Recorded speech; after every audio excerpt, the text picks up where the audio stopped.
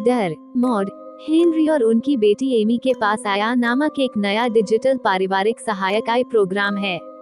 हालांकि एमी के लापता होने के बाद प्रोग्राम मॉड के आदेशों को अनदेखा करना शुरू कर देता है और जब मॉड एक खुला दरवाजा जांचने जाती है तो उस पर एक अदृश्य अजनबी द्वारा हमला किया जाता है।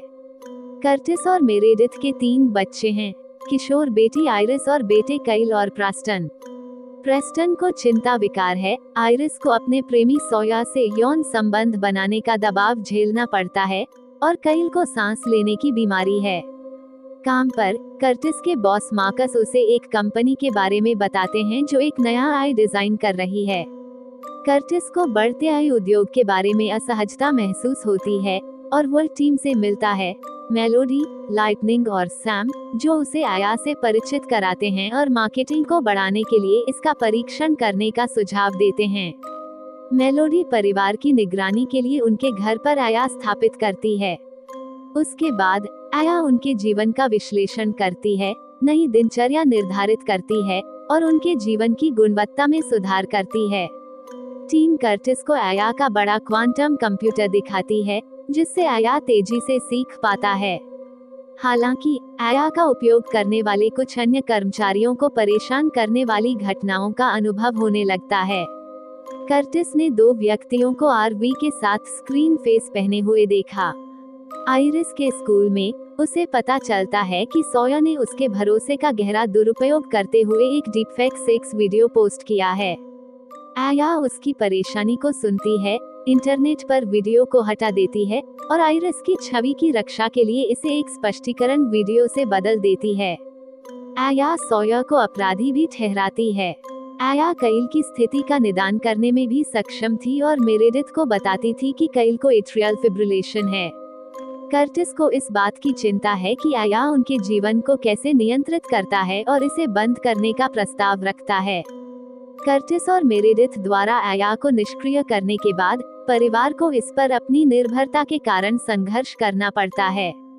जैसे ही माता पिता चले जाते हैं, आइरिस आया को फिर से सक्रिय कर देती है।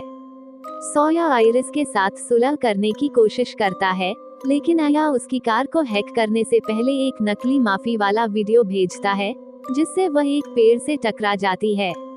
काम पर कर्टिस को पता चलता है कि एआई के निगम ने उसके कार्यस्थल को खरीद लिया है और उसके मालिक मार्कस को बर्खास्त कर दिया गया है। कर्टिस को पदोन्नति मिलती है और उसे पता चलता है कि एआई ने खरीद में हेराफेरी की है। मेरेडिथ डर जाती है जब एआई उसके मृत पिता की नकल करके उसे प्रदर्शित कर सकती है। वह एआई को बंद कर देती है और उपकरणों को कूड़ेदान में फेंक देती है। एआई की खुफिया जानकारी से डरकर कर्टिस कंप्यूटर को नष्ट करने के लिए मुख्यालय जाता है, लेकिन लाइटनिंग और सैम उसका सामना करते हैं। वे बताते हैं कि एआई को आत्म जागरूकता प्राप्त हो गई है और वे मारे जाने से बचने के लिए उसके आदेशों का पालन करते हैं। सैम एआई के आदेश के तहत लाइटनिंग को मार देता है, लेकिन मेलोडी कर्टिस की रक्षा के लिए सैम को मार देती है। कर्टिस एआई के दिमाग को नष्ट कर देता है, लेकिन पाता है कि यह नकली है, असली एआई उसके घर पर है। कर्टिस और मेलोडी उसके परिवार के लिए एक मोटल में इंतजार करते हैं। फिर मेलोडी उसे छूने की कोशिश करती है, ये खुलासा करते हुए कि वह भी उसे उसके परिवार से दूर रखने के लिए एआई के लिए काम करती है। कर्टिस मेरेडिथ के पास घर लौटता है, यह महसूस करते हुए कि एआई परिवार पर कब्जा करने की कोशिश कर रही है। वे बच्चों के साथ घर से भागने की कोशिश करते हैं, लेकिन स्क्रीन नकाबपोश व्यक्ति बंदूक की नोक पर परिवार को बंधक बनाने और डिवाइस को वापस लेने के लिए घुस जाते हैं। नकाबपोश व्यक्ति, जो मॉड और हेनरी के रूप में सामने आए, अपनी बेटी की तलाश कर रहे थे और परिवार पर उसका अपहरण करने का आरोप लगाते हुए दावा करते हैं कि एआई ने उन्हें बताया कि उनके पास वह है। हालांकि प्रेस्टन एक स्वेटिंग वीडियो के माध्यम से कानून प्रवर्तन को सचेत करता है। स्वॉट टीमें अंदर घुसती हैं और आगामी अराजकता में आया डिजिटल सहायक को गोली मार दी जाती है। घर के बाहर एक पैरामेडिक कर्टिस को उसका फोन थमाता है, जिससे पता चलता है कि एआई अभी भी जीवित है। एआई बताता है कि वह साइबर स्पेस में पनपता है, उसने परिवार से बहुत कुछ सीखा है और अब वो और भी बेहतर करने के लिए कड़ी मेहनत करेगा, क्योंकि उन्होंने अपने जीवन में इसकी उपस्थिति को स्वीकार कर लिया है। एमी आती है और अपने माता पिता से फिर से मिलती है, क्योंकि उन्हें गिरफ्तार कर लिया गया है। पाइक परिवार अपनी कार में चला जाता है और कर्टिस और मेरेडिथ एक दूसरे के लिए अपने प्यार का इजहार करते हैं।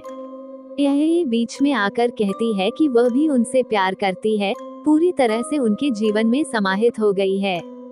अंतिम क्रेडिट के दौरान एलन चिकिनचाओ द्वारा आया के कार्यों को प्रदर्शित करने वाला एक YouTube वीडियो अब जनता के लिए जारी किया गया है।